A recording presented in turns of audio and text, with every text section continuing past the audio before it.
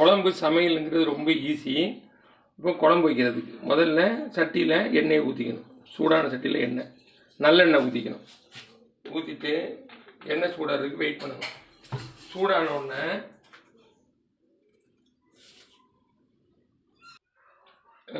எண்ணெய் சூடான உடனே இந்த கடுகு போடணும்.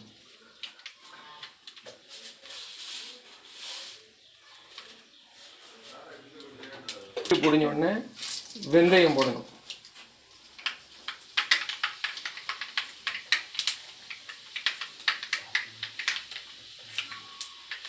வெந்தயம் பொடிஞ்சதுக்கப்புறமா கருவேப்பிலை போடணும். அதுக்கப்புறமா இந்த அரைச்சி வச்ச மசாலா, இந்த மசாலாங்கிறது ஒன்றுமே கிடையாது. தேங்காய், வெங்காயம், சீரகம், வத்தல் தூள், மஞ்சள் தூள், இதை மட்டும் அரைச்சி போடணும்.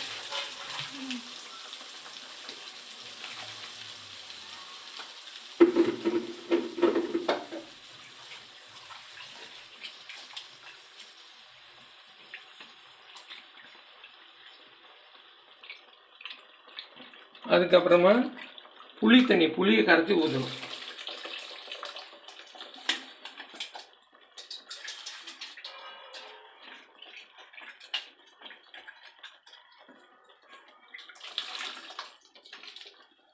புளியை கரைச்சி ஊற்றியாச்சு.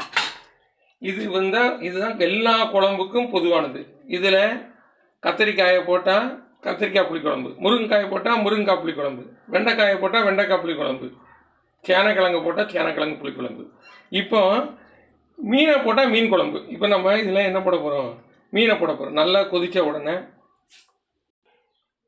இப்போ இந்த மாதிரி கொதிக்க ஆரம்பித்தோடனே நமக்கு தேவைக்கு வேண்டிய உப்பு போட்டுக்கணும். உப்பு போட்டுக்கிட்டு இப்போ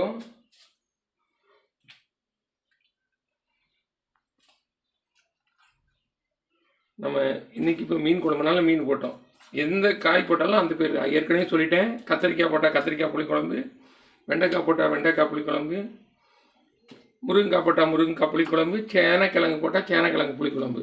இப்போ நம்ம மீன் போட்டுருக்கோம். எல்லாத்துக்கும் ஒரே மசாலா தான், வேறு கிடையாது. இப்போ மீன் குழம்பு போட்டு கொதிச்சிட்டு உடனே அதில் என்ன பண்ணோம்? இந்த வெட்டி வச்சிருக்க பச்சை மிளகாயை வாசனைக்கு மேலே போடணும். அதுக்கப்புறமா கொத்தமல்லி தலையை போடணும். அருமையான மீன் குழம்பு ரெடி.